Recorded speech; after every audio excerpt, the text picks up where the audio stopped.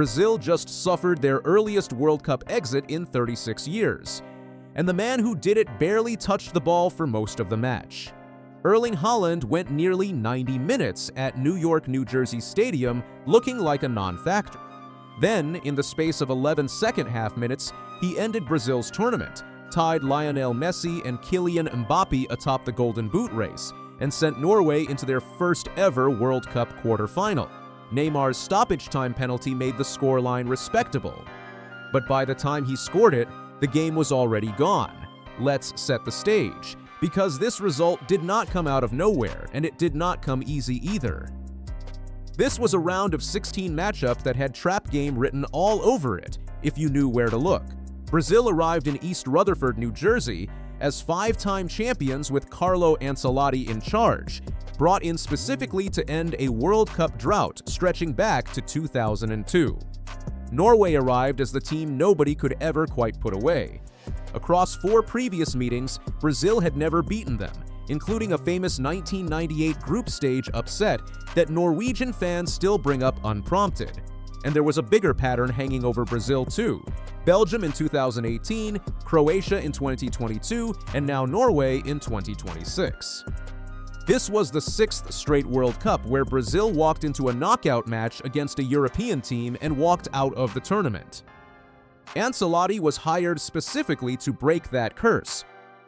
Brought in as the most decorated club manager on the planet, the man who could finally get the Seleção playing like champions again on the biggest stage. Instead, he became part of the same painful pattern as every manager before him. Norway's story was the opposite kind of history. This tournament marked their first knockout win at a World Cup period after previous exits to Italy in both 1938 and 1998.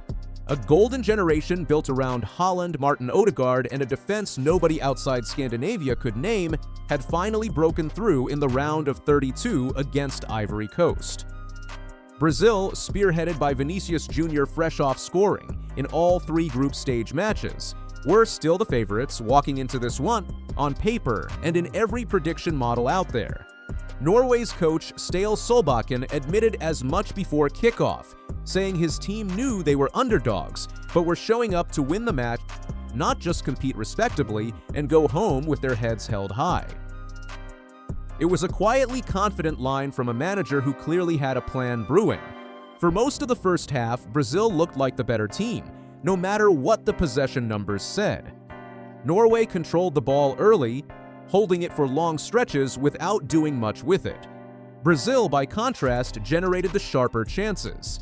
In the 12th minute, Matheus Cunha went down in the box, and after a VAR review overturned the initial no call, referee Ismail Elfath pointed to the spot. Bruno Guimarães stepped up to take it.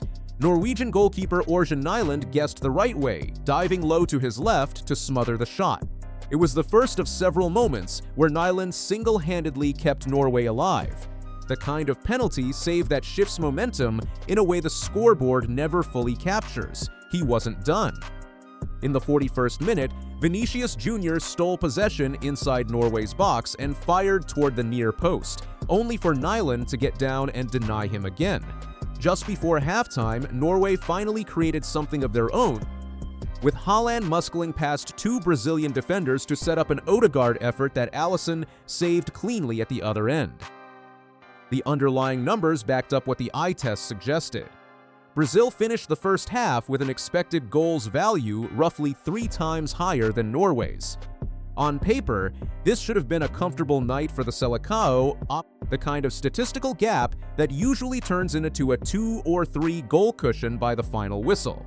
Instead, Brazil had spent 45 minutes creating everything and getting nothing to show for it, while a Norwegian goalkeeper who plays his club football far from the spotlight quietly kept the door open. Then came halftime, and Ståle Solbakken made the substitution that changed the entire match. He pulled off Alexander Sorloth and Antonio Nusa, 2 attackers who had struggled to find rhythm, and brought on Andreas Schjelderup and Oscar Bob. The move gave Norway a natural, balanced attacking width they simply hadn't had in the first half, with Bob stretching the play on one side and Schjelderup doing damage on the other. It was a bold call from Solbakken. benching a 20-goal club scorer at halftime of a World Cup knockout match. And it worked almost immediately. The payoff came in the 79th minute. Schjelderup whipped a cross in from the left, and Haaland rose above Gabriel Magalhaes to head it into the corner. 1-0 Norway against the run of play from the entire match up to that point. Brazil pushed for an answer, and Nyland kept saying no, getting a fingertip to a dangerous ball that nearly turned into a Norwegian own goal off Leo Ødegaard.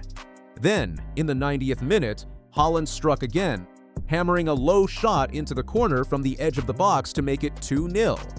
2 goals, 11 minutes, and a Brazilian side that had dominated the underlying numbers suddenly staring at elimination. Brazil got 1 goal back, but not without drama. Deep into stoppage time, an off-the-ball incident saw Neymar catch an elbow near Casemiro, sparking a heated exchange with Nyland before Brazil were awarded their second penalty of the match. This time, Neymar himself stepped up, and he made no mistake, converting to make it 2-1 in the 10th minute of stoppage time. For a few 10 seconds, Brazilian fans packed into the stands and gathered on Copacabana Beach back home allowed themselves to believe in a miracle equalizer. It never came. The final whistle blew moments later, and Norway had done what nobody in Rio de Janeiro wanted to admit was possible. The scale of this result is hard to overstate. Brazil's exit is their earliest at a World Cup since 1990, 36 years ago, and it extends their now familiar nightmare against European teams in the knockout rounds to 6 tournaments running. For Ancelotti, brought in with one specific job, this is about as painful a start as it gets, and it will not take long for questions about his future to start circulating back home. Norway, meanwhile, has never been here before in their history. Not in 1938, not in 1998, not ever. A country that spent decades watching World Cups from home, missing the tournament entirely for years at a time, now has a golden generation standing 2 wins away from a final nobody saw coming this time last summer. Haaland's night alone deserves its own headline. He finished with only around 30 touches of the ball heading into stoppage time of the second half, the kind of stat that usually gets him mocked online for being a passenger in his own team's attack. Then he produced 2 goals in the moments that mattered most, pushing his tournament total to 7 and pulling level with Lionel Messi and Kylian Mbappe at the top of the Golden Boot standings. After the match, Haaland admitted he never actually expected to beat Brazil, even though he'd always dreamed of playing in a World Cup for Norway. His teammate Schjelderup joked afterward that the rest of the squad is simply grateful Haaland happened to be born Norwegian and not anywhere else. It is worth remembering that Norway has now won 17 straight matches in which Haaland has scored, a streak that suddenly makes every remaining opponent in this tournament very nervous. Norway now moves on to face England in Miami on July 11th, a matchup that will decide who joins them in a semi-final that would have sounded completely absurd to anyone in Oslo just a month ago. Brazil, on the other hand, heads home to a reckoning nobody in the federation wanted to have this early, with Ancelotti's future suddenly an open question after a tournament that was supposed to end a 24-year wait for a 6th star. 2 goals in 11 minutes rewrote what Norwegian football history looked like and ended Brazil's World Cup before it ever really got going. A goalkeeper nobody outside Norway could name a week ago is now a household name after this performance, and a 5-time champion is packing its bags earlier than anyone in Brazil wanted to imagine. If Haaland can do this while barely touching the ball for 80 minutes, the rest of this tournament just got a lot more interesting to watch.